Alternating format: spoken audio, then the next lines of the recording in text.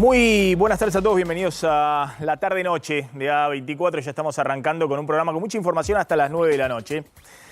Hoy vamos a hablar de lo que está pasando en Juntos por el Cambio, pero sobre todo de las dos visiones que hay en el principal partido de la oposición, de cómo se encara lo que viene en materia económica.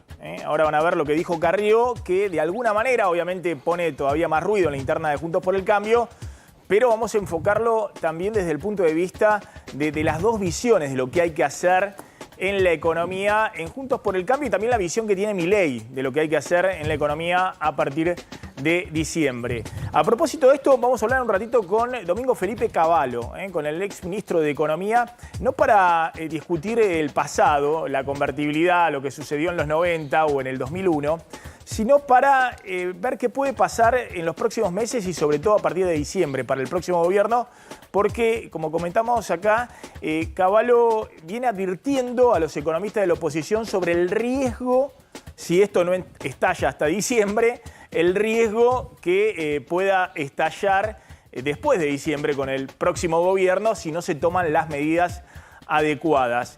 Vamos a bajar también a la realidad, vamos a hablar con dos empresarios textiles de un rubro en el cual los precios vienen volando por arriba de la inflación. Y hay todo tipo de realidades. ¿Cómo les está yendo en términos de nivel de actividad? ¿Qué pasa con las importaciones? ¿Dónde vienen las remarcaciones de precios? ¿Qué pasa con los insumos? Vamos a estar discutiendo con ellos. Y en un ratito también va a contar Claudio Zlotnik, atención, cómo viene la negociación con el Fondo Monetario. Hubo novedades hoy desde Washington. Y también qué pasó con el canje de la deuda en pesos, que es relevante hoy, porque esta es una economía donde hay muy poquitos dólares en el Banco Central y sobran muchos pesos dando vuelta que pueden correr al dólar. Y esa es una ecuación que siempre en un escenario electoral es muy riesgosa. Por eso todo el mundo está, de alguna manera, temiendo la próxima devaluación y se disparan con eso las expectativas de inflación. Fíjense lo que dijo Elisa Carrió. ¿Y por qué Carrió con estos dardos para Mauricio Macri no solamente atiza la interna de Juntos por el Cambio, sino, creo yo, pone de alguna manera blanco sobre negro una discusión más ideológica y también más respecto a lo que hay que hacer hacia adelante, que se viene viendo entre claramente lo que piensan Mauricio Macri, Patricia Bullrich, el propio Milei por fuera de Juntos por el Cambio, de lo que hay que hacer a partir de diciembre, y lo que piensa Larreta, Carrió, el radicalismo, Gerardo Morales, y ahora en la discusión Juan Schiaretti, el gobernador de Córdoba. Fíjense lo que dijo Carrió. Esto fue una charla, Javier, ahí en el Instituto Hannah Arendt. Hannah Arendt, sí. Que dio, sí, creo anoche, y se conoció en estas horas y es muy contundente. Y esto lo publicó la propia Carrió en sus redes, es decir, no es que le robaron la imagen y no quería que esto se difundiera. Sáquenle el adjetivo cuando Carrió habla de ajuste brutal y las consideraciones que hace respecto a la represión y demás. Y ahora vamos a discutir un poco lo que plantea Carrió en términos de las visiones que hay dentro del PRO y dentro de Juntos por el Cambio respecto a qué hay que hacer a partir de diciembre. Yo les diría que ese espacio está liderado por Mauricio Macri. Mauricio Macri, a quien yo acompañé y donde el acuerdo sea para hacer un espacio de centro, se ha corrido a un espacio más cercano al de Milei. Lo dijo expresamente. Nosotros queremos ganar para hacer una alianza con Milei. En la segunda. Ese espacio va por un ajuste muy brutal sobre las clases medias, ajuste pero brutal, digo yo, en 4 meses, y va también bancando la noción de orden enmarcado en la anexión de un orden, pero de un orden que no proviene ya ni de la justicia, ni de la república, ni de los derechos humanos, ni la de represión respetando los derechos humanos, sino en la noción de un orden que también es una ilusión, que es que hay que reprimir hasta matar si es necesario. Bueno, obviamente esto generó hoy una explosión dentro de Juntos por el Cambio porque salieron partidarios de Patricia Bullrich, de Mauricio Macri, a criticar fuertemente a Carrió, también Javier Milei y demás, pero sacando, ahora va a contar Javier Calvo, las consideraciones de Carrió respecto a la represión, esto de reprimir hasta la muerte y demás, que se lo pone en la mochila de Patricia Bullrich, de Macri y también de carambola en Milei. Más allá de eso, si uno sale un poquito de esto que le pasa a los políticos y también le pasa a los fanáticos que se encolumnan detrás de los políticos o los militantes, para no hablar simplemente de un grupo más minúsculo, cuando uno ve las discusiones ideológicas que hay en Juntos por el Cambio ya hace tiempo, también lo que hay es una discusión de cómo se resuelve esto que deja este gobierno. La herencia de este gobierno, que la verdad que desde el punto de vista económico son los desequilibrios que había en el 2015 o en el 2019 potenciados a la enésima potencia. Es decir, es una economía que está llena de peso por todos lados, las LELIQ, los plazos fijos, la deuda en peso, y hay $0 en la Reserva del Banco Central. Y en el medio se vienen sumando muchas deudas comerciales que va a haber que pagar a partir de diciembre, que son un combo verdaderamente muy complejo de manejar desde el punto de vista económico. Bueno, hay dos visiones evidentemente. Una es la de Bullrich, también lo que ha expresado Milei, la que expresa Macri, que dicen hay que sacar el cepo en el minuto 1 del próximo gobierno y plantear un ajuste muy fuerte y muy duro. Y eso se puede lograr si hay 2/3 de la sociedad que voten a Juntos por el Cambio más Milei. Es decir, que eso solo ayuda para desbalancear desde el punto de vista los equilibrios sociales y avanzar con ese ajuste. Eso es lo que está diciendo Carrió, que está pensando Macri, y es tal cual lo que piensa Macri. Es decir, esto es así, y es también lo que piensa Milei. Y es legítimo que lo piensen, por algo hay partidos diferentes, digamos, y hay opciones diferentes. Acá nadie tiene la bola de cristal de lo que puede pasar hacia adelante. Del otro lado, hay un sector muy grande de Juntos por el Cambio que piensa diametralmente opuesto. Y el primero de ellos es Horacio Rodríguez Larreta, pero detrás de Larreta está Schiaretti, está Gerardo Morales, está gran parte del radicalismo, está Lustó, que dicen acá no se puede levantar el cepo en el primer minuto del próximo gobierno. Es un proceso muy lento del próximo año para estabilizar la economía, para empezar a hacer ajuste fiscal con mucho cuidado, porque hay salarios que están súper atrasados, está todo licuado por la inflación, hay desequilibrios muy, muy grandes. Obviamente tenés el dólar atrasado, la tarifa atrasada, es decir, hay que acomodar precios relativos, pero eso hay que hacerlo con un gran consenso político y social. Y para eso hay que sumar no solamente a Juntos por el Cambio, sino también a parte del peronismo y demás. Me parece que esas dos visiones encontradas, más allá de, obviamente, la disputa de poder. Los políticos son así, es decir, todos están buscando el cargo, todos están viendo a ver quién va primero en la lista, a ver quién queda fuera y demás. Pero más allá de eso, evidentemente hay dos visiones muy distintas en Juntos por el Cambio respecto a qué es lo que hay que hacer a partir de diciembre. Y por eso me parece interesante lo que dice Carrió. Obviamente, tirado como al estilo de Carrió, es una bomba y salen del otro lado a decir, Carrió nos quiere, la mando Larreta y demás. Pero claramente una cosa es lo que plantean Larreta y compañía respecto a lo que hay que hacer en diciembre, otra cosa es la que plantean Macri, Bullrich y Javier Milei. Y por eso, en ese espacio, muchos dicen, pero che, hay más coincidencias ideológicas. Y además de lo que hay que hacer a futuro entre este espacio que mencionaba, que entre Larreta con Milei, o Larreta con Macri, o Larreta con Bullrich, y detrás de Larreta todo el radicalismo, que no vamos a descubrir hoy, que tiene una visión más socialdemócrata que libertaria. Esto ha sido histórico del radicalismo, por lo menos, que está alineado detrás de Gerardo Morales, de Lustó, y que acompaña a Horacio Rodríguez Larreta. Javier, la segunda parte de Carrió plantea una cuestión más fuerte, digamos, ¿no? Donde habla de los temas de la represión, y ahí sí dispara también contra Macri respecto a la intencionalidad que tiene Macri en este momento en términos de alianzas políticas.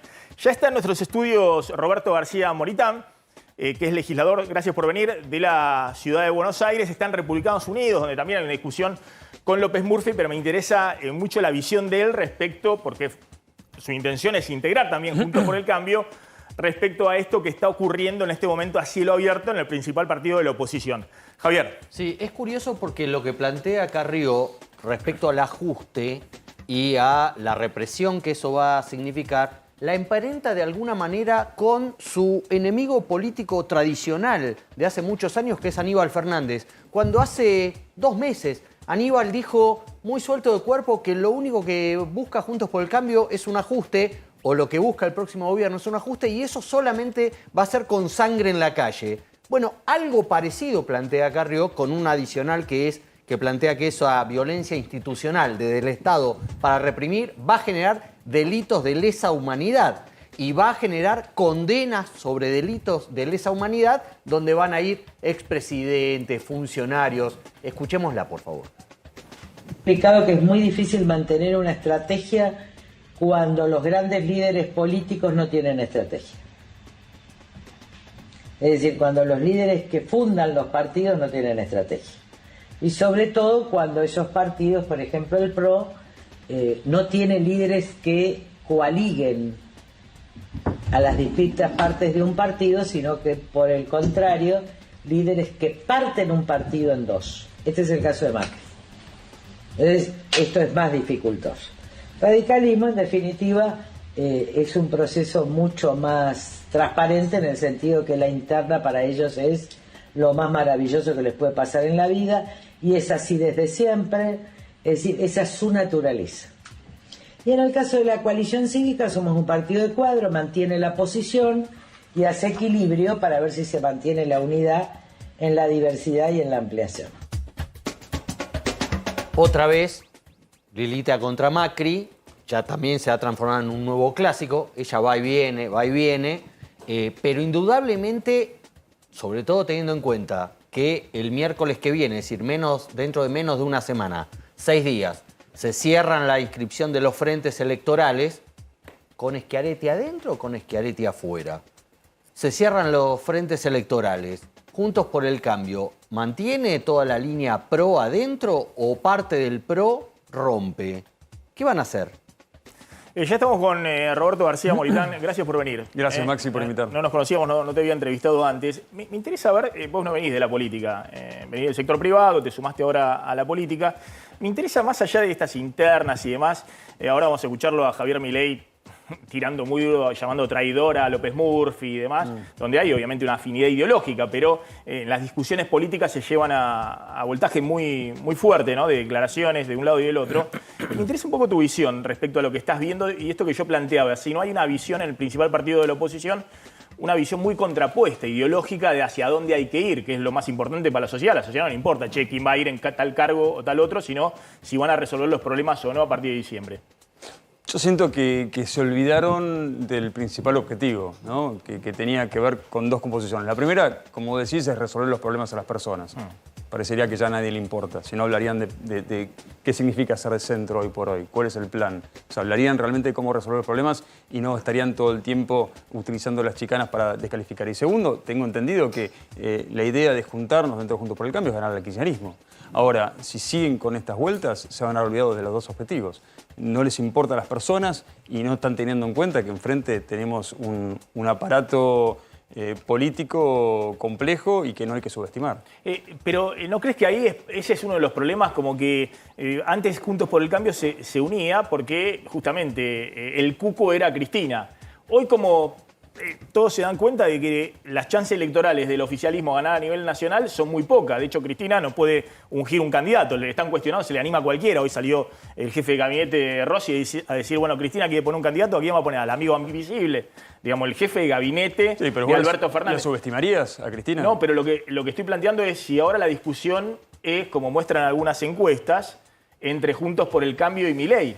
Y ahí empieza una discusión más de fondo del rumbo, ¿no? Bueno, ahora no se habla más de tercios, se habla de cuartos. Me parece que es hora de empezar a hablar de qué es lo que quiere hacer cada uno, ¿no? Porque la realidad es que lo que nosotros tenemos que recuperar es la confianza frente al mundo. Y no solamente frente al mundo, frente a los argentinos mismos, ¿no? Lo que está pasando con nuestra moneda tiene que ver, es un claro reflejo de la credibilidad que nosotros generamos. Ahora, ¿cuál es el gran problema que nosotros tenemos hoy por hoy? Nadie cree en nosotros. Ahora, si vos querés seguir estirando esta agonía, ¿cuál es el mensaje que vos mandás? O sea, a mí me parece que lo que hay que tratar de resolver es mandar señales claras de que vas a resolver los problemas. ¿Cuál es la señal más clara de que vas a resolver los problemas? Plantear lo que vas a hacer y hacerlo del día 1. Acá no hay lugar para especular. Tenés la mitad de tu población debajo de la línea de la pobreza. 2 de cada 3 pibes se mueren de hambre en la Argentina.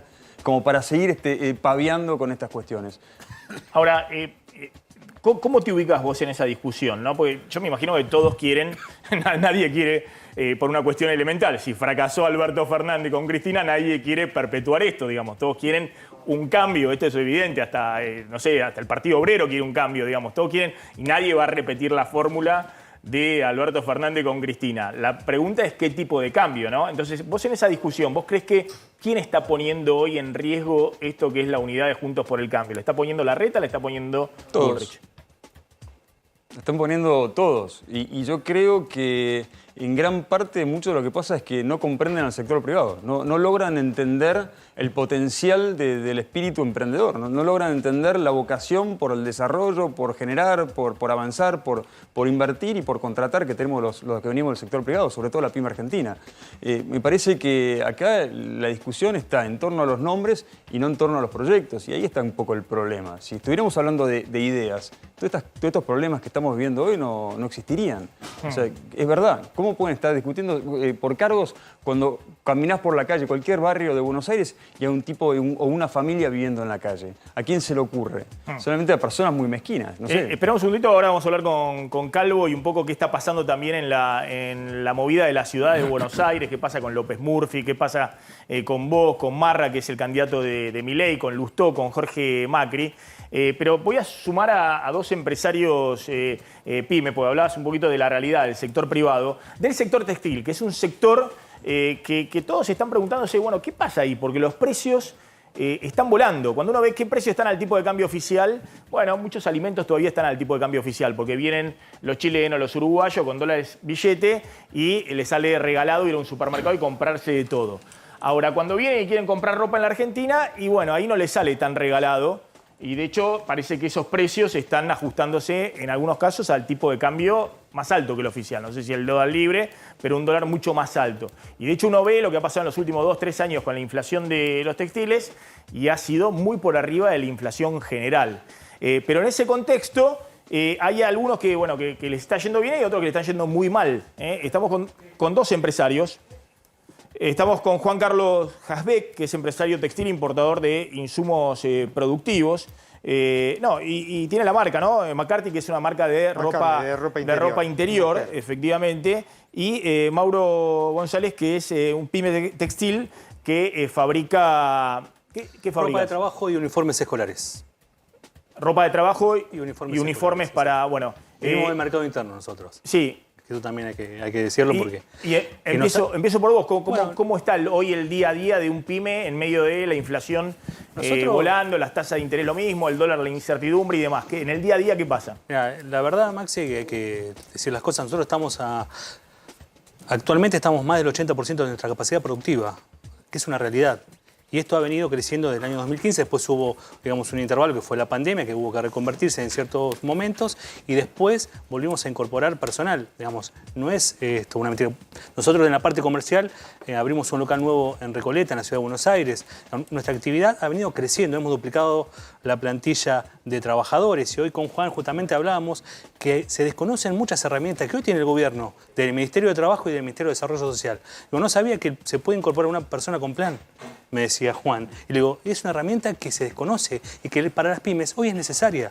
Hoy incorporar un trabajador con el potencial trabajo, una parte de salario, la toma el Estado y la otra parte la pone en la pyme. Y eso se desconoce, Maxi, y eso me parece que hay que trabajarlo. Hay un problema con este gobierno que le falta comunicación para el desarrollo de la pequeña y mediana empresa en los programas que está llevando a cabo. Ahora, en lo particular, en lo personal, yo digo, nos está yendo muy bien, porque la actividad textil, marroquinera, metalmecánica, ha venido creciendo en estos últimos años. No tuvimos un parate, porque es cierto que cerraron 25.000 pymes en el gobierno de Macri, y sí había un riesgo. Ahora, yo no escapo a la problemática que estamos con una tasa de interés que supera el 90%, y es inviable cualquier proyecto productivo con esta tasa. ¿Pero qué le pedimos al gobierno? A este y a todos los gobiernos. Porque acá lo que hay que aplicar son políticas productivas que subsidien la tasa de la pequeña y mediana empresa.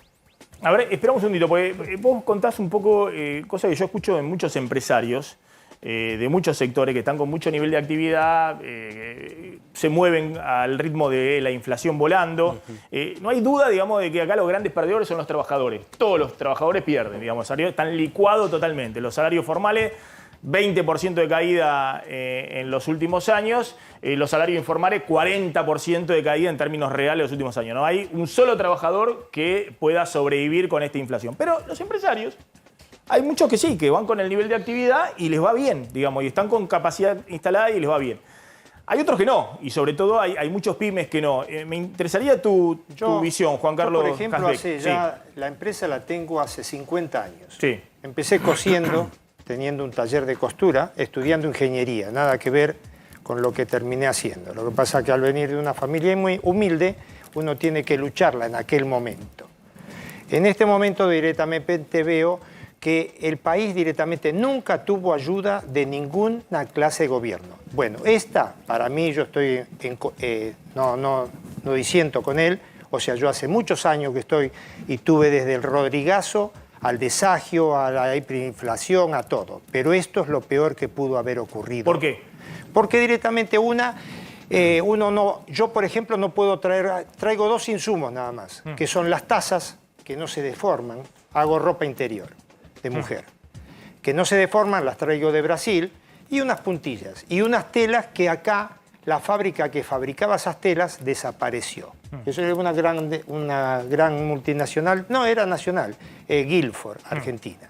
Entonces, al no haber esas telas, uno tiene que diferenciarse con lo que es el mercado central o la salada o lo que ustedes quieran hablar. Si yo voy a comprar telas, todas nacionales, yo no puedo competir con la gente que está toda en negro, vende en las calles, hace todo lo que sea manejando eso. Yo tengo una estructura en donde yo pago toda la jubilación, tengo empleados que más o menos deben de tener algunos ya 38, 40 años y muchos ya se me jubilaron trabajando conmigo. O sea, pienso que mal empresario no fui, porque si tengo gente de 38 años que está trabajando conmigo, sigue apoyándome.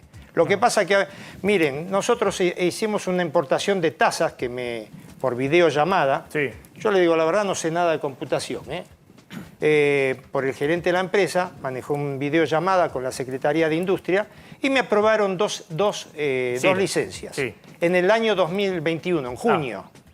En septiembre me mandan las tazas, la gente de Brasil, y me dicen, estoy esperando el pago. Le digo, yo ahora en los 15, 20 días te giro el pago.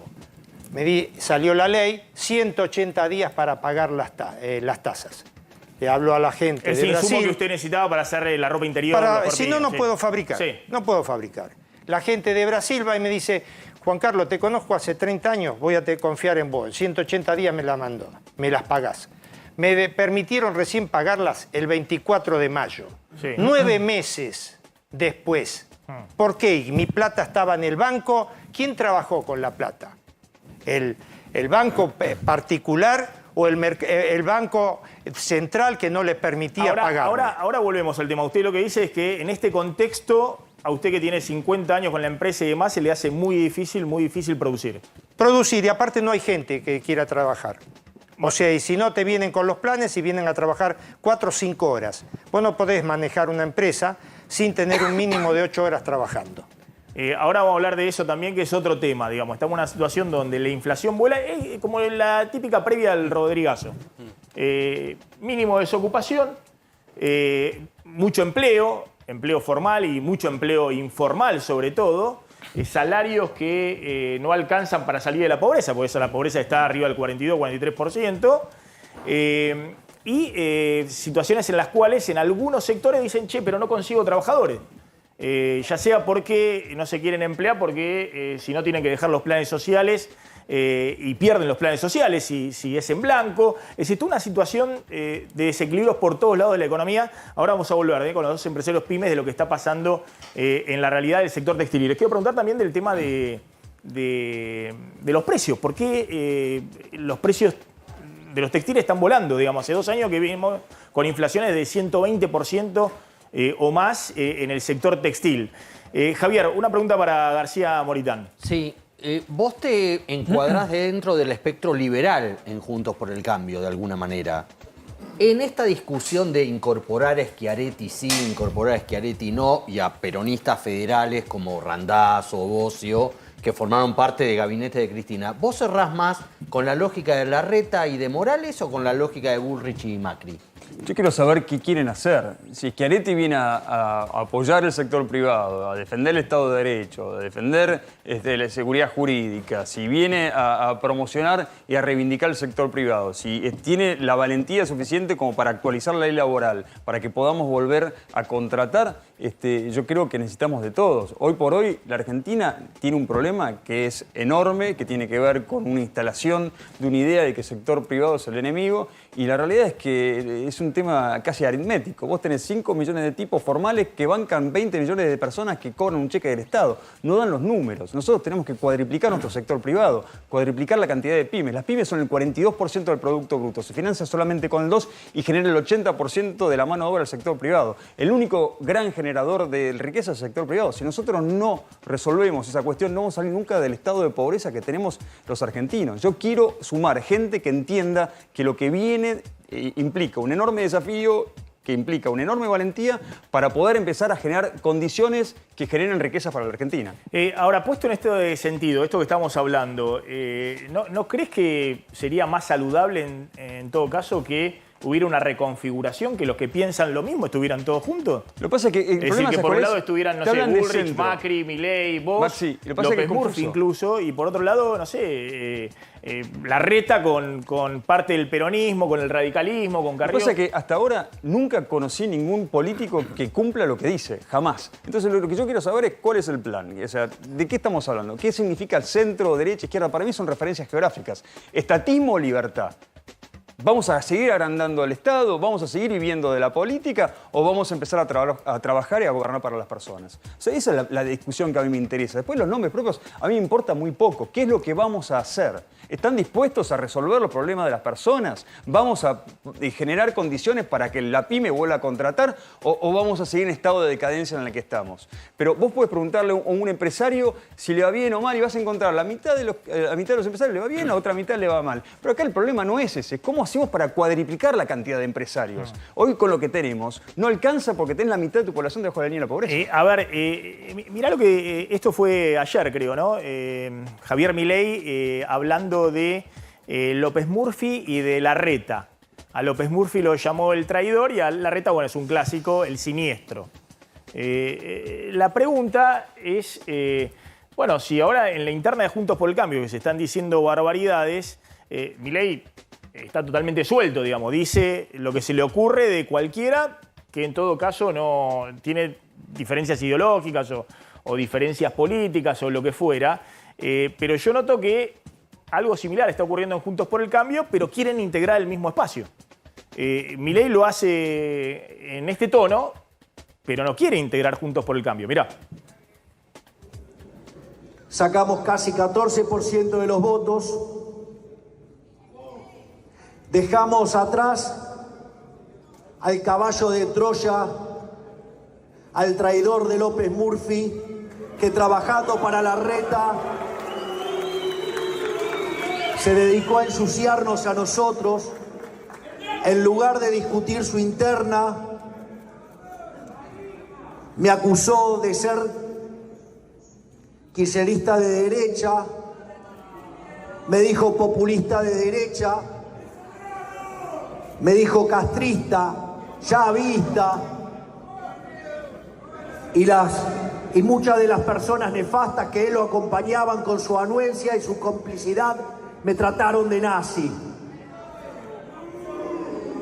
Y a pesar de tener todos los recursos del siniestro, el que maneja la ciudad y que utiliza sus recursos en su propio beneficio personal, a pesar de haber hecho eso, nosotros sacamos más votos.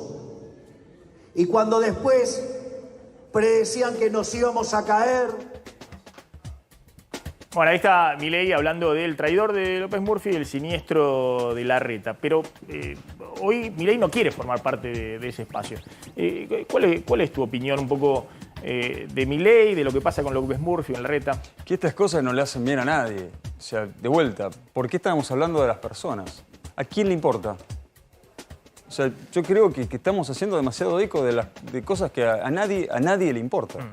Yo cuando me saco mi saco de legislador, lo cuelgo en la percha, salgo de mi despacho y camino en la calle o vuelvo a mi pyme o a mi ONG, a nadie le importa las internas, si le dice traidor a uno u otro, no les importa nada, son dos políticos peleándose. ¿Y que ¿sabes qué? No se están ocupando de lo que se tienen que ocupar. Pero Roberto... Roberto, sí. Gracias por haber estado acá. No, por favor. Te pido disculpas, Javier, ahora la seguimos, pero Para la justamente lo tenemos enganchado a Domingo Cavallo desde Estados Unidos. Ahora vamos a hablar de lo que dijo hoy el Fondo Monetario respecto a la negociación con la Argentina y también del canje de la deuda en pesos, de qué está sucediendo. Domingo Cavallo, gracias por atendernos y por participar del programa. Es un gusto. Voy a contar una infidencia. Cuando a Cavallo le dijeron que lo invitamos para el programa, bueno, Cavallo dice, pero muchas gracias, me gustaría participar en el programa de Maxi, pero ha vivido 2 décadas criticándome, quiere ahora hablar conmigo. Y le digo la verdad, yo efectivamente no solamente 2 décadas, sino en la década del 90 también lo critiqué mucho a Domingo Cavallo y hemos tenido diferencias, obviamente, de visión respecto a la economía.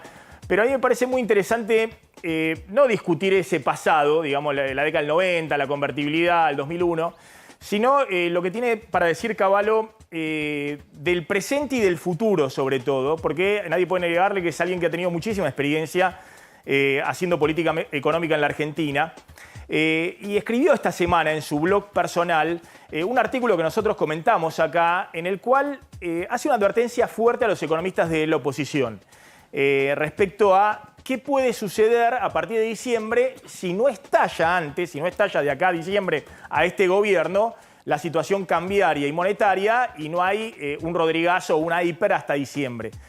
Advirtiendo el riesgo de que eso pueda suceder después si no se toman las políticas adecuadas. Y me parece interesante escucharlo a Cavallo porque Cavallo es un economista que tiene mucho predicamento justamente los economistas de la oposición, no solamente en Milei, que lo tiene como uno de sus referentes, si bien no es de la escuela de austríaca, Cavallo, ni mucho menos. Y también economistas de Juntos por el Cambio, que lo escuchan mucho. Así que me gustaría mucho que usted explicara por qué está planteando una advertencia respecto a lo que puede pasar en diciembre si la situación económica no estalla durante la campaña electoral. Te escuché describir lo que yo puse en mi último blog respecto del riesgo de que si no se produce antes del cambio de gobierno, pueda haber una explosión inflacionaria difícil de controlar según cómo se introduzcan los cambios a partir del 10 de diciembre. Vos has hecho una comparación con el Rodrigazo y con la hiperinflación al final del gobierno de Alfonsín. Pero en el post anterior yo expliqué más en detalle que lo que me preocupa es más bien aquellos que dicen que el ajuste que hay que hacer a partir del primer día, todos saben que es un ajuste fiscal, es imprescindible. Hay que tomar como modelo lo que llaman San Leremes, es decir, la especificación y la tremenda devaluación con la que se pretendió destruir la convertibilidad y toda la base contractual de la economía a partir de enero del 2002. Porque claro, aquella ajuste que fue realmente brutal, es un ajuste que produjo superávits gemelos de inmediato, superávit fiscal, superávit comercial. ¿Pero a costa de qué? A costa de un deterioro enorme del salario real, a costa de un aumento de los índices de pobreza, a costa de una inflación que en el año 2002 fue del 42%, y que si no se transformó en hiperinflación es por los beneficios que todavía producía la convertibilidad, es decir, la economía estaba desindexada, estaba muy bien capitalizada y bueno, tuvieron la suerte de que se produjo el boom de las commodities y eso les permitió, digamos, diluir el efecto inflacionario de semejante ajuste totalmente imprudente, totalmente injusto, que se decidió en enero del 2002. Yo le tengo miedo en realidad a ese tipo de ajuste. Hay gente que dice, para producir el ajuste fiscal hay que deteriorar obviamente en términos reales los gastos públicos, como por ejemplo las jubilaciones o los sueldos. No, eso no es la forma de realmente producir un ajuste fiscal que permita luego estabilizar la economía. Lo que hay que hacer es una reforma del Estado. Hay que sacar todos los gastos que son absolutamente improductivos, que son fuente de corrupción, todas las cosas injustas que hay, como los subsidios a la electricidad, al gas, y que en realidad benefician a alguna porción de la población, pero en contra de todo el resto. Y ese ajuste, que debería ser bien explicado por el próximo gobierno, no es un ajuste que va a aumentar la pobreza o que va a deteriorar los salarios reales, sino un ajuste que va a sentar las bases para realmente poder implementar una solución. Eso es lo que se hizo en definitiva entre 89 y 91. La reforma del Estado, las privatizaciones, la desregulación, la apertura de la economía, permitieron un ajuste fiscal muy grande, pero no a costa de deteriorar aún más de lo que estaban los salarios reales, las jubilaciones y todos los servicios que prestaba el Estado, sino al contrario, creando las condiciones para que luego se pueda estabilizar. Esto es lo que yo sostengo, claro, que tiene que tener mucho cuidado. El asunto de la unificación inmediata del mercado cambiario... Claro, a ese punto, perdón, Cavallo, a ese punto quería ir, porque justamente es un párrafo destacado y es la advertencia un poco del título de su nota, a ver si lo podemos ver, porque acá hay una discusión en plena campaña electoral. Usted dice en la nota, ¿no? Un descontrol inflacionario tipo Rodrigazo de 1975 o hiperinflación de 1989 puede acortar o alargar los plazos para que pueda aplicarse un buen plan de estabilización dependiendo de que si se produce antes o después del cambio de gobierno. Usted dice, si se produce antes del cambio de gobierno, bueno, obviamente el próximo gobierno tiene mucho margen para aplicar un plan de estabilización, puede aplicar una dolarización, puede aplicar lo que fuera, porque va a haber una gran licuación obviamente de los pesos en la economía. Pero usted dice, si para evitar la inercia inflacionaria que crea el cepo cambiario, el nuevo gobierno decide eliminarlo de inmediato para todo tipo de transacciones sin que haya habido tiempo para implementar un ajuste fiscal y la economía haya digerido toda la excesiva emisión monetaria, bueno, y ahí viene la advertencia en la placa siguiente. Lo que dice usted es, efectivamente, ojo, que el resultado puede ser una explosión hiperinflacionaria, costosísima desde el punto de vista social y demoledora desde el punto de vista político. Y por eso advierte, en la placa siguiente, la oposición tiene que ser cautelosa con sus promesas. En el mejor de los casos, un buen plan de estabilización podrá ponerse en marcha recién a principios de 2025. Y me parece... Estoy de acuerdo con... obviamente claro, que ratifico todo lo que dije. Porque lo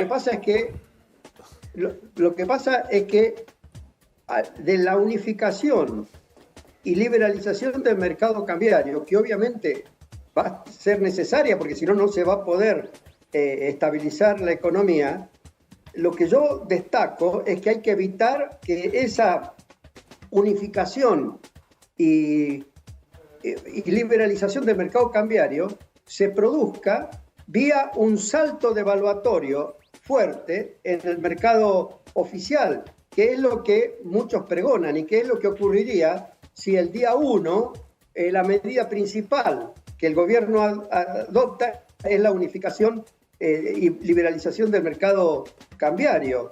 Eso, yo lo que creo que no resuelve ningún problema es una brusca devaluación que agregue a las distorsiones que ya hay de precios relativos otras mayores. Por ejemplo, las tarifas de servicios públicos van a quedar más atrasadas en relación al tipo de cambio y van a requerir más subsidios que los que ha venido pagando. Por eso, el punto mío es que es muy importante que los buenos equipos económicos que están formándose para asesorar al próximo gobierno, tanto en Juntos por el Cambio, y me refiero al que dirige Luciano Laspina, al que dirige Hernán Lacunza, al que está formando Melconian, como el que está tratando de armar Milei, tienen que tener muy presente estas circunstancias que yo estoy mencionando.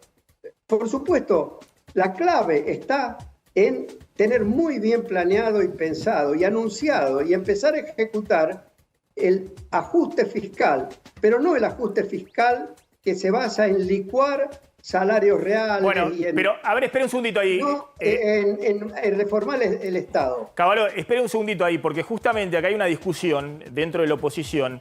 Larreta le preguntan por el cepo y dice, bueno, vamos a tardar un año en poder levantarlo, y la gente empieza a bostezar ya. Cuando plantea eso Larreta. Del otro lado, Bullrich dice, se levanta el día 1. Milei dice, vamos a la dolarización y el cepo se levantará el día 1, y se habla de que, bueno, en todo caso tendremos un dólar de 500 pesos. Pero hoy tenemos un oficial de 250 pesos. Obviamente usted dice claramente que, y todos coincidimos, el 100% de los economistas, que hoy el cepo es parte no solamente del problema, sino de todo el problema inflacionario de la economía argentina. Ahora, por eso me interesa bien recalcar ese punto de lo que usted está advirtiendo respecto a... porque cuando hablamos de devaluación, todos dicen, bueno, si el dólar ya está en 500 pesos, en términos reales, ¿no? Que obviamente no sé cuál será en diciembre siguiendo la inflación. ¿Usted cree que, claro, si se levanta el cepo, algunos dicen, no, pero el dólar se irá a 500 y se estabilizará ahí, digamos, si se levantara hoy? Usted está diciendo, no, antes hay que hacer muchas cosas para después poder aplicar un plan de estabilización. Bueno, yo creo que en esto de cómo se va a estabilizar y cómo se va a reformar la economía, los candidatos a presidente, sea Larreta, sea Patricia, sea Milei o Morales o quien sea, tienen que dejar hablar, tienen que mostrar quiénes son sus equipos económicos y tienen que dejar hablar a sus equipos económicos. A mí me gustó mucho la entrevista que vos le acabás de hacer a Luciano Laspina. Luciano Laspina se expresa con una prudencia y con una profesionalidad que es muy, muy buena. Y yo creo que, por supuesto, ustedes los periodistas le preguntan a los candidatos a presidente cómo van a hacer y detalles de temas de política económica o de manejo de la economía. Y los presidentes tienen que tener una visión muy global de sus objetivos. Por ejemplo, Patricia lo explica, quiere avanzar rápido hacia una economía donde el motor sea el sector privado, que esté integrada al mundo. Yo creo que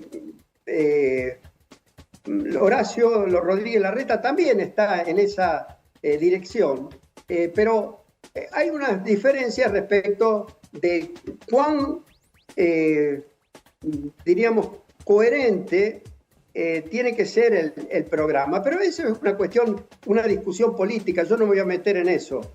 Yo lo que estoy diciendo es, hay buenos equipos económicos que se están preparando para asesorar al futuro presidente o a la futura presidenta.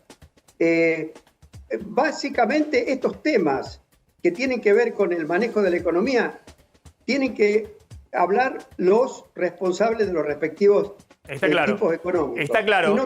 Y no tanto los candidatos a presidente. Los candidatos a presidente, por supuesto, van a estar haciendo su campaña y van a tener que responder a las preguntas que se le hagan, pero yo creo que no deberían entrar en detalles de política económica. Está claro, y le agradezco, Caballo, y me parece que está bien el concepto respecto a la devaluación. Me parece que todo el mundo coincide, hoy que una devaluación en la Argentina no soluciona absolutamente nada, entre otras cosas porque devaluás y a los 3 meses o 4 meses la inflación te licuó esa devaluación y tenés que seguir devaluando. Y bueno, ya hemos visto la experiencia en otro momento de la historia argentina. Es decir, la cantidad de pesos que hay dando vuelta en la economía argentina y los poquitos dólares que hay en el Banco Central, al que se le ocurra que esto se soluciona porque genera confianza simplemente devaluando, es decir, que obviamente el dólar oficial está atrasado, pero que eso se resuelve simplemente poniendo el dólar oficial, no sé, a 400, a 500 pesos, la va a ir a buscar en una situación, como dice Cavallo, muy, muy compleja, digamos, de inflación disparada, de licuación absolutamente de todo, y después hay que ver cómo resiste políticamente.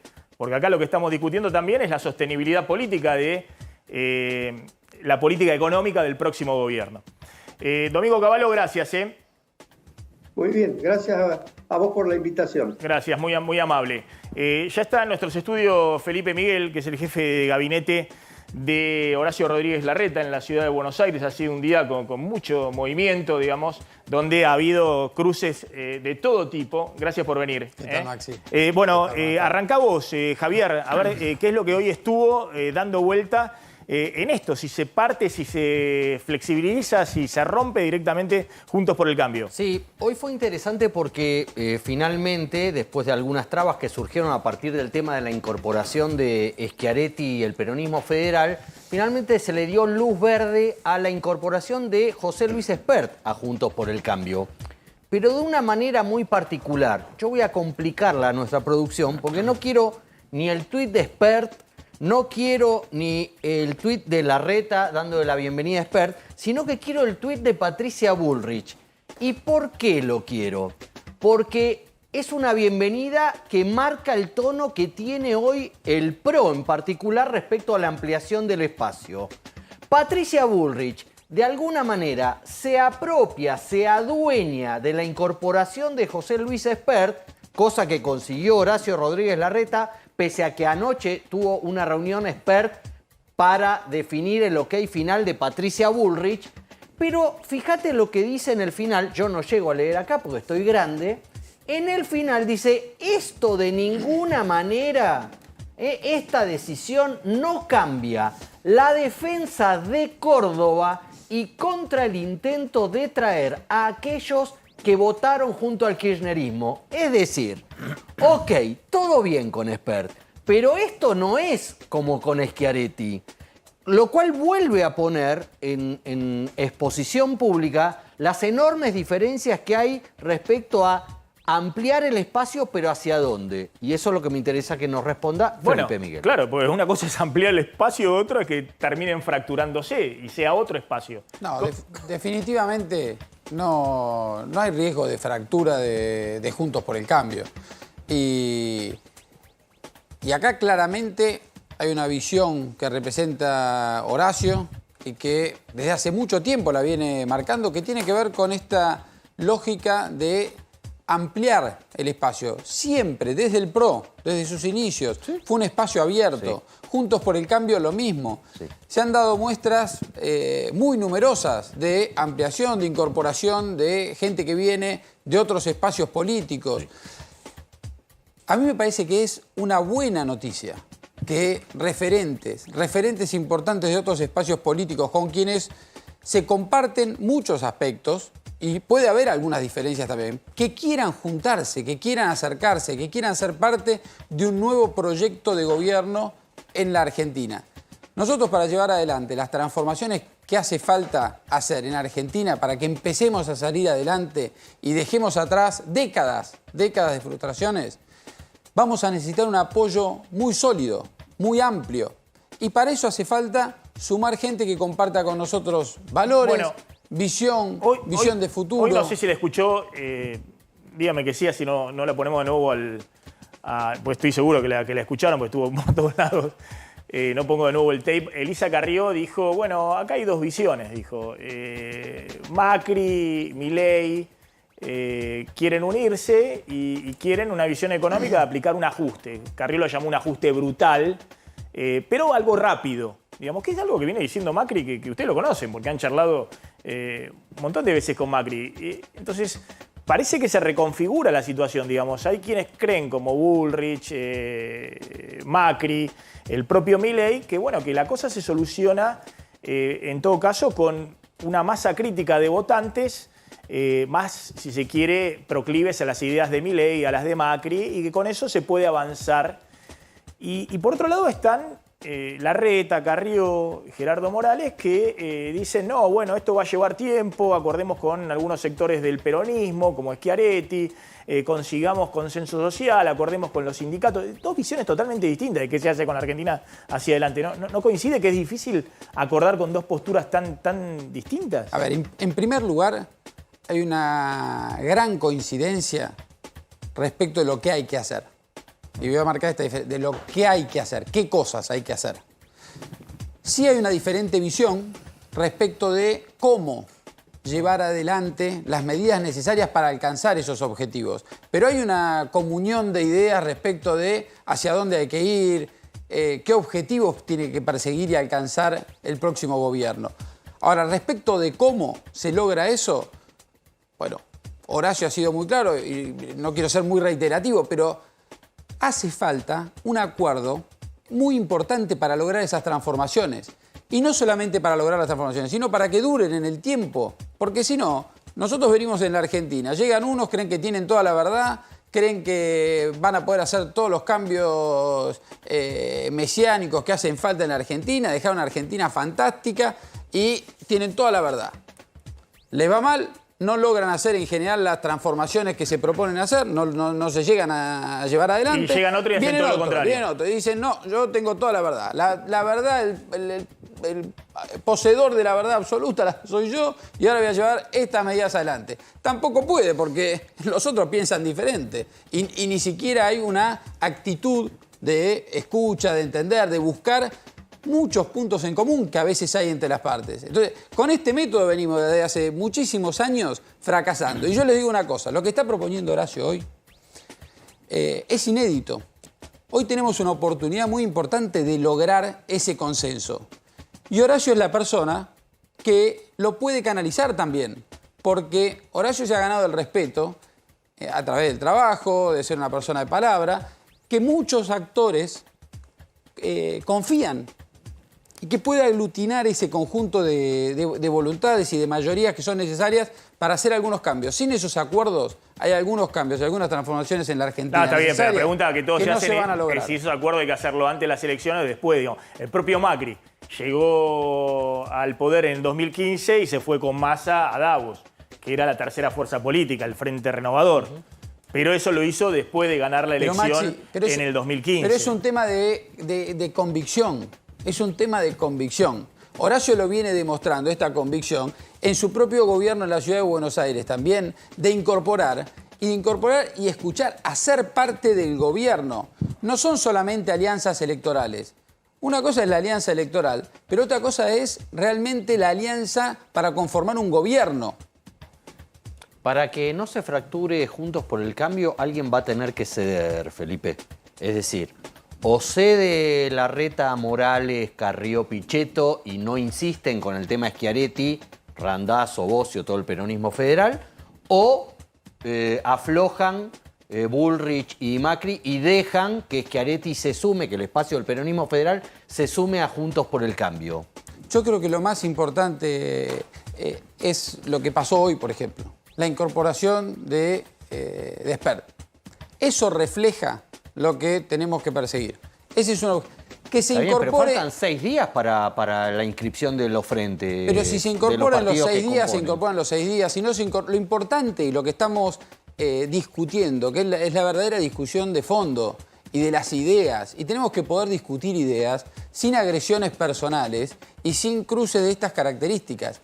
Eso debiéramos poder. Nosotros le estamos pidiendo a la sociedad, ¿sí?, que pueda también estar más tranquila. Y los dirigentes tienen una mayor responsabilidad respecto de eso. Nosotros tenemos la obligación de poder discutir las ideas, porque si no, anulamos el debate. Está bien, y entonces, lo que hizo Horacio fue poner sobre la mesa una de las discusiones que tenemos que dar. Está bien, pero más allá de las ideas, si dentro de 6 días no se inscribe Schiaretti y el peronismo federal dentro de Juntos por el Cambio, vos sabés que Patricia Bullrich y Mauricio Macri van a decir que ganaron. Pero eso, Javier, eso no es lo relevante. Yo no coincido igual con esa apreciación. Yo creo que lo importante es que pensemos en el futuro del próximo gobierno. ¿Por qué? Porque acá, si uno piensa que lo importante es ganar, vamos a repetir la historia argentina de las últimas décadas. Nosotros tenemos la convicción, y Horacio ya lo dijo muchas veces, que lo importante es hacer un buen gobierno, no llegar a gobernar. Lo importante es hacer un buen gobierno. ¿Qué hace falta para hacer un buen gobierno? Hace falta estos acuerdos. Si no, no vamos a poder hacer algo diferente de lo que se viene haciendo. Felipe Miguel, gracias por haber estado Gracias, acá Maxi, en gracias a el todos. programa. Bueno, hoy se anunció el canje de deuda en pesos y hubo novedades también del FMI. Claro, empecemos por lo primero, que es el canje de deuda en pesos que el ministro Sergio Massa acaba de tuitear, que fue el más grande de la historia, en pesos nominales. Son 7.400.000.000.000 de pesos. Para pasarlo a dólares, a 500 pesos, son unos 15.000 millones de dólares, es mucha plata. Al tipo de cambio libre. Que vencía todo este bloque de deuda Entre agosto, de acá sí, hasta fin de año. hasta fin de año. Bueno, lo que hizo el gobierno fue agarrar todo este paquete, postergó estos vencimientos hasta, para tener una idea, 6 de cada 10 pesos que vencen de esta deuda que hoy se refinanció, vencen entre noviembre y diciembre de 2024. O sea, para el próximo gobierno, pero un año después de haber asumido el nuevo gobierno, el que venga. La adhesión fue muy importante. Entonces, El 6 de cada 10 pesos que vencen Sí. van a vencer entre noviembre y diciembre de 2024. El resto... ¿Todos juntitos ahí entre noviembre y diciembre de 2024? El resto entre 2025 y 2026. Hay un puchito está bien, muy está bien. chiquitito que... Está bien. Bueno, acá el dato importante también es el nivel de adhesión, porque en el mercado esperaban 75%, fue del 78%, mayormente es el Estado que tiene estos bonos, pero ahí Massa dijo también adhirieron fondos de inversión privado, por Claro. eso fue más alto. Acá que lo de esperado. los 10 billones de pesos que hay de vencimientos hasta fin de año, ahora canjearon 7 billones Sí. de pesos Sí. para más de un año de plazo. La mayor parte de eso era dentro de los mismos organismos estatales. Y también parte en algunos bancos que tenían esa deuda. Quisieron dar la señal de que la idea es que no haya pesos dando vuelta con vencimiento en los próximos meses en medio de la campaña electoral. Bueno, de todas maneras quedan unos 3 billones de pesos de vencimientos en la campaña electoral que están en manos de privados que seguramente, llegado el momento, le darán otros bonos atados por SER o por tipo de cambio oficial para ir prorrogando eso. Algo depende también de la certidumbre política que haya en la campaña electoral, se va a cruzar al peso, digamos, del peso al dólar, Claro. Como ha ocurrido siempre en las campañas electorales desde el 2011. Por eso, lo que están tratando de hacer es que todos los pesos que hay dando vuelta, y básicamente son la deuda en pesos, los plazos fijos, y los bancos están llenos de pesos con las LELIQ, pero los LELIQ no pueden correr a ningún lado.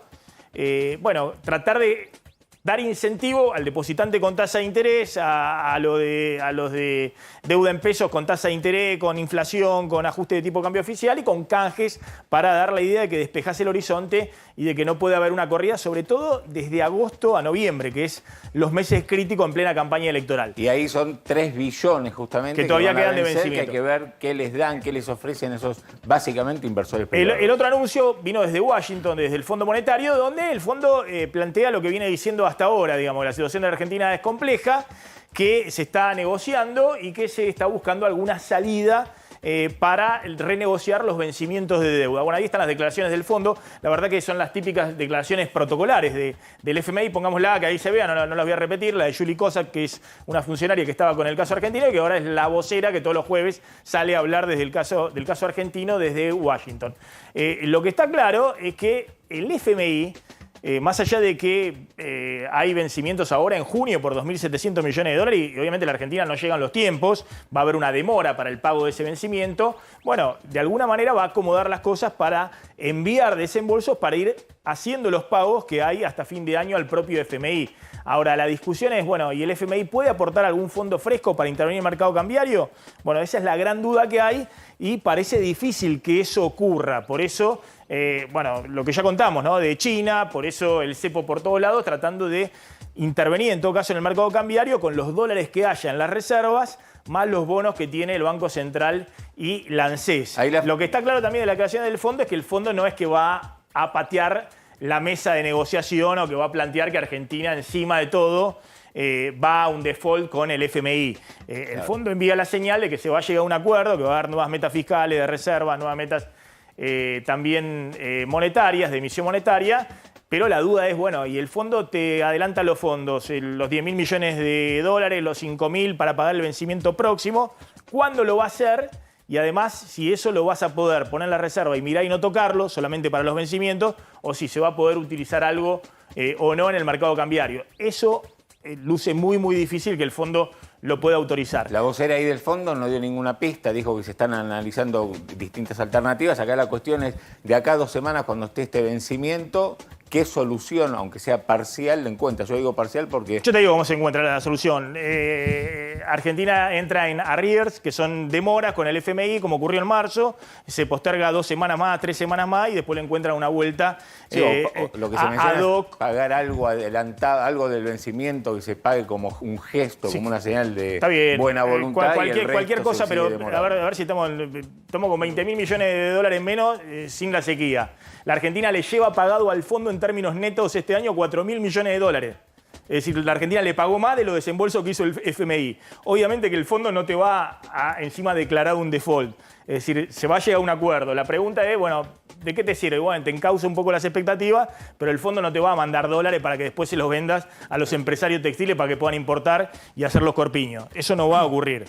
Entonces hay que manejarse hoy con los dólares que hay y para eso va a haber cepo por todos lados en los próximos meses. Vuelvo a la discusión, ¿no?, de los empresarios pymes. Querías completar, tanto Juan Carlos Hasbeck como Mauro González, ¿por qué los precios de los textiles están tan disparados? ¿Por qué venimos con aumento de 120, 130% anual? Ahora lo explico, pero quería hacerte un comentario, Maxi, con respecto a los candidatos. Vos mencionabas que todos hablan de lo mismo. Yo puedo decir que lo hemos escuchado a una precandidata, Patricia Bullrich, a pedirnos que nos transformemos en oficina de importadores. Digamos, es una locura.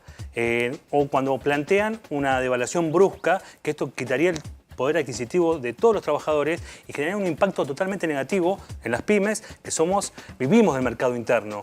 Como así también saber cuáles van a ser las proyecciones de inversión en obra pública, porque la obra pública se necesita justamente para agregar valor en el interior al desarrollo de las economías regionales. Esto me parece un tema central que necesitamos saber para después poder tener previsibilidad. El otro día escuchaba que hay 3 SIC que hoy atraviesan la problemática: la inflación, la incertidumbre y la inseguridad.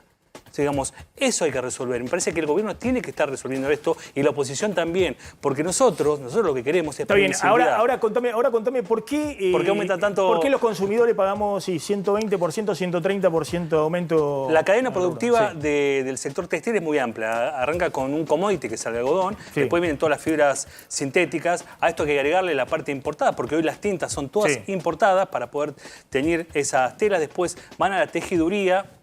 Bueno, ahí se va incrementando el tema de costo. Las tejedurías luego después sacan la mercadería a las confeccionistas, ahí es donde intervengo yo, la parte de confección, y después salen a las marcas. Y ahí tenés un abanico muy, pero muy amplio de un jean de una marca clase A en 50.000 pesos y un jean de la misma calidad por 7.000, 8.000 pesos. Digamos, hay un abismo entre los precios donde uno puede decir, bueno, el tema de los shopping, el tema de la marca, el tema de la publicidad. Bueno, ahora, ¿cuál es digamos... Y también hay diferencias en cómo corre la inflación entre los distintos productos. Digamos, hay productos donde vemos que aumentan 120, 130%, pero y hay otros que no están corriendo a esa velocidad. Hay una avivada empresaria también, Maxi, hay que decirlo. Porque hay muchos importadores que traen un dólar oficial y venden el dólar blue. Es increíble. Entonces, acá cuando se habla, vamos a abrir las importaciones para disciplinar los precios. Abrir las importaciones, tenés más importaciones, pero todos marcados a dólar libre. La importación de indumentaria ha crecido estos últimos 2 meses. Y sin embargo, los precios siguen subiendo. Entonces es una gran mentira. ¿Sabés lo que pasa? Que directamente lo que... yo por ejemplo uso un 15% de una materia, de materias primas, todo el resto es nacional. Desde una cajita, una bolsita, algodones, todo lo que sea. Uno trata de usar ese 15% para darle un valor agregado a la prenda, porque si no tengo que competir con la gente que es informal. La gente que es informal no paga nada, no tiene ningún impuesto y directamente vende en la calle. Yo en la esquina de mi fábrica hay una feria todos los días, ahí en la Villa Sildañe. Y directamente yo a veces digo, ¿cómo pueden hacer este corpiño a este precio? Yo no lo puedo hacer. Claro, vos decís, además de todo lo desequilibrio, los problemas con el dólar, la importación, la inflación, la pyme que es el jamón en el sándwich, y digamos, aparte, como decía él, que vas a comprar el insumo, que por ahí tenés empresas grandes del otro lado y te piden que pagues cash, no sabés cómo hacerte el aparte, stock. como decía además, competís con la informalidad. Claro, aparte, como decía él, a nosotros como empresarios, como fabricantes, que usamos nuestros productos nada más para fabricar, para utilizar todo mano de obra nacional, a veces tenemos que correr a comprar a los importadores, que ellos no sé cómo consiguen. Si no tienen, nada más compran y venden.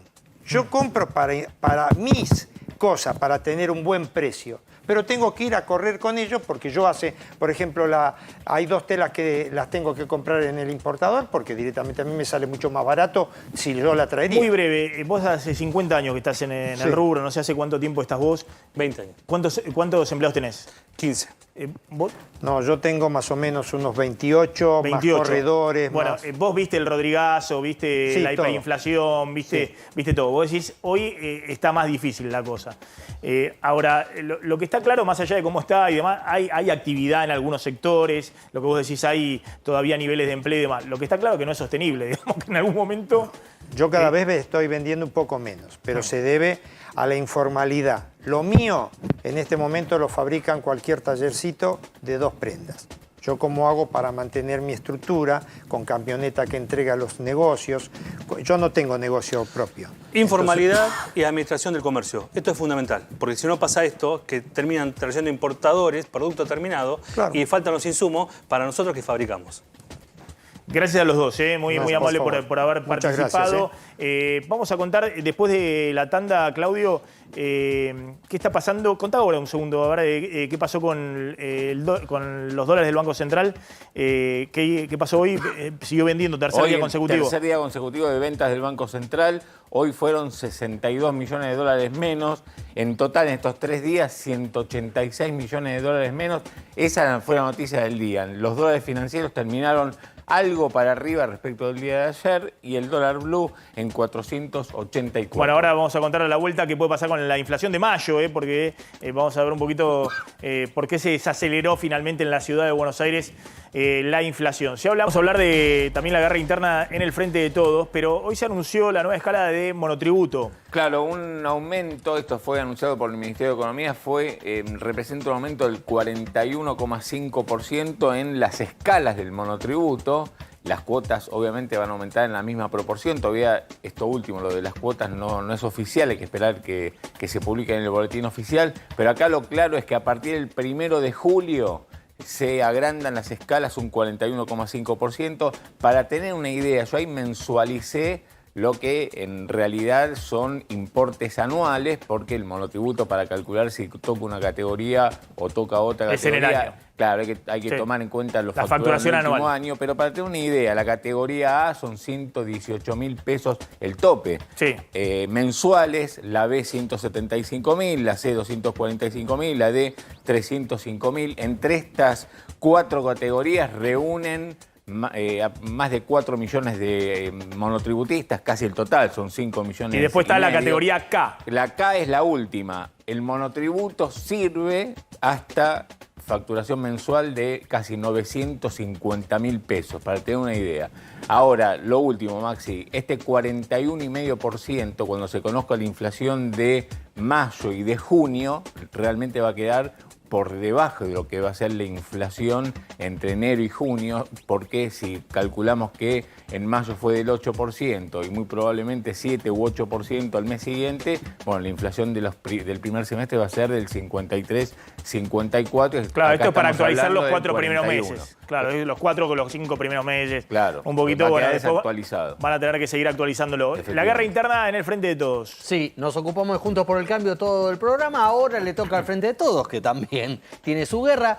Señor director, vamos a las fotos del día hoy que muestran cómo el peronismo empieza a dar gestos de lo que va a ser la pelea interna. Ahí estamos viendo hoy a Guado de Pedro, Malena Galmarini y Axel Kicillof en un acto sobre la inauguración de una obra cloacal, de una obra de agua. Se le prestó mucha atención a esta foto hoy, teniendo en cuenta que los gobernadores ayer habían pedido un solo candidato. Bueno, vamos a la siguiente foto, porque quien también pidió un solo candidato hizo un acto para justamente anunciar lo del monotributo en Expo Escobar. Y ahí estuvo Sergio Massa al lado de uno de los hombres más buscados de la política en los últimos tiempos, que es el hombre de la Copa del Mundo. No es Messi. Calma, no es Messi. Lo invitó a subir al estrado a el Chiquitapia. Y se sacó la famosa foto de Chiquitapia, que lo había desairado otra vez a Guado esta semana, que habíamos contado que iban a estar en un acto, y lo desairó. A Sergio Massa no lo desairó. Y en el mismo momento que se daba este acto en Escobar, a pocos kilómetros en Pilar, vamos a ver otra imagen llamativa para estos momentos de la interna del Frente de Todos, que es un acto en Pilar, en una fábrica de electrodomésticos, en donde habló Alberto Fernández. ¿Y quién era el invitado especial de Alberto Fernández a este acto? Daniel Osvaldo Scioli. Sí, ¿no? Que están pidiendo que haya un solo candidato y cada uno quiere que sea su candidato. El presidente haciendo campaña con su candidato. Con su candidato. Estaba ahí en primera fila. En la inauguración de una planta, en un acto oficial. Exactamente, de una línea en una planta en Pilar. Ojo, porque los gobernadores ya le pidieron una reunión a Alberto Fernández para exigirle, pedirle, reclamarle que lo baje a Scioli y que haya una sola candidatura. Ceci, bueno, dos temas. Uno, el bullying monetario, ¿no? Lo que hacen los hinchas brasileños y de otros países que vienen acá a acompañar a sus equipos por la Libertadores y rompen billetes argentinos. Sí, dos escenarios. El mismo día, el martes pasado, uno la Bombonera. Boca jugó contra Colo-Colo y el otro en Santos, en San Pablo, en Brasil. Cuando Newell's se enfrentó a Santos por la Sudamericana, Boca por la Libertadores. ¿Qué pasó? Los hinchas de estos equipos tuvieron la idea, ¿no?, de romper billetes para burlar a los hinchas argentinos. Esto había tenido un antecedente en abril de 2022 en River contra Fortaleza por la Libertadores, un partido que ganó River. Eso fue en San Pablo, ¿no? ¿Esto en San Pablo? Esto es lo que pasó, sí, en San Pablo los hinchas de Newell's le rompieron los billetes en la cara. Sí. Ahora te comento algo gracioso, algo simpático. Estos billetes se rompieron ¿por qué? Porque, bueno, sabemos la situación de crisis que está pasando la Argentina, pero después del partido que fue, perdón que me río, que hubo en Boca, sí, hubo incidentes con los hinchas de Colo-Colo. Hubo 16 detenidos. Estos 16 detenidos lograron salir de la celda donde estaban detenidos porque arreglaron pagar 1 millón de pesos, entre todos, algunos más, otros menos, sí, algunos no tuvieron que pagar, por los incidentes que provocaron en las inmediaciones del estadio. O sea, no solamente rompieron estos billetes, tiraron a más cosas desde la tribuna a los hinchas de Boca. Así que la fiscal de espectáculos masivos, Celsa Ramírez, la misma que intervino en la muerte del hincha de River el sábado pasado, los multó con 1 millón de pesos que tuvieron que pagar. O sea, rompieron los billetes, pero después los tuvieron que poner. Sí, pero bueno, hay toda una situación en la cual estamos hablando de los billetes de 1.000 pesos son $2, los billetes de 500 pesos es $1, entonces vienen en los tours los brasileños, los chilenos Pero y que demás. los donen. Pero bueno, eso es violencia, la Bueno, verdad que violencia, pero además no se pueden acercar. Les sale más barato también, bueno, ver recitales acá, venir a partidos de fútbol. todo. Dicen que hay un boom también con esto de los recitales Sí, que han venido. no pueden, pero no van a, estos 56 hinchas no van a poder venir a la Argentina a un recital, no se pueden acercar a una cancha ni donde haya un evento. No, claro, es masivo. una incitación a la violencia y sobre todo romper los papelitos, los billetes cuando Sí, están todos viendo, digamos, esos son nuestros ingresos, digamos, ¿no? Los pesitos devaluados. Bueno, ahí la vemos, perdón, Maxi, la bombonera, como tiraban los hinchas de Colo Colo, Sí. ¿no? Algunos objetos, no solamente tiraban billetes. Ahí o sea, ahí vemos tiran caer billetes, ahí tiran Yo billetes. si estoy ahí abajo, nunca estaría en la cancha de Boca, pero si yo estoy abajo, también los agarro. Sí, ahí tiran billetes. Bueno, dame una línea respecto a las paritarias.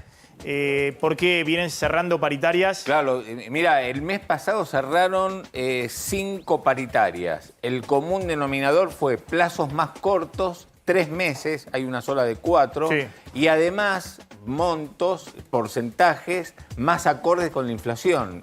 ¿Qué significa más acorde con la inflación? A partir del 10%. Fíjate, los químicos, 37% de incremento en 3 meses, mayo, julio, y revisan en julio, no es que se termina acá.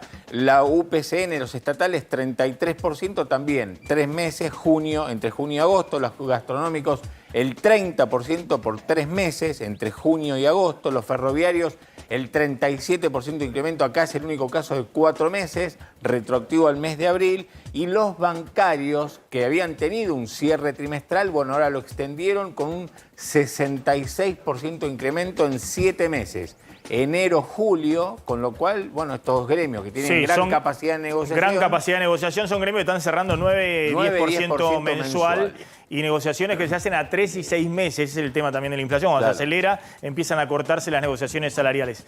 Gracias, Ceci, gracias, Javier, gracias, Slotnik. Ya está llegando Trebuca al aire de A24. Nosotros nos reencontramos como siempre mañana a 19:30. Chau, pásenla bien.